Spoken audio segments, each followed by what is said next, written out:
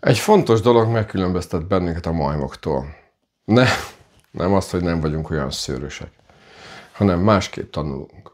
A majmok utánoznak, mi emberek másolunk. Kettő között nagyon nagy különbség van. Kikről szoktunk másolni? Mindig olyanokról, akikről azt feltételezzük, hogy többek, okosabbak, talpra esettebbek, életképesebbek nálunk.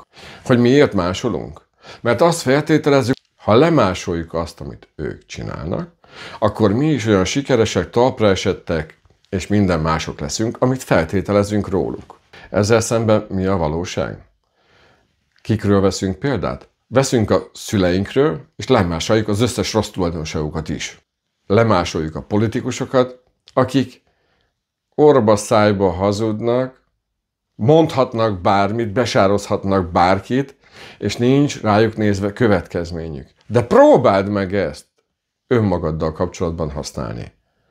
Hogy folyamatosan hazudj, mellé beszélj, tereld a valóságról szót, soha nem mondj igazat, mindig úgy beszélj, hogy görcsbe rándul a szád, vagy az arcod, és majd meglátod a következményeit, a testi tüneteidet, a betegségeidet.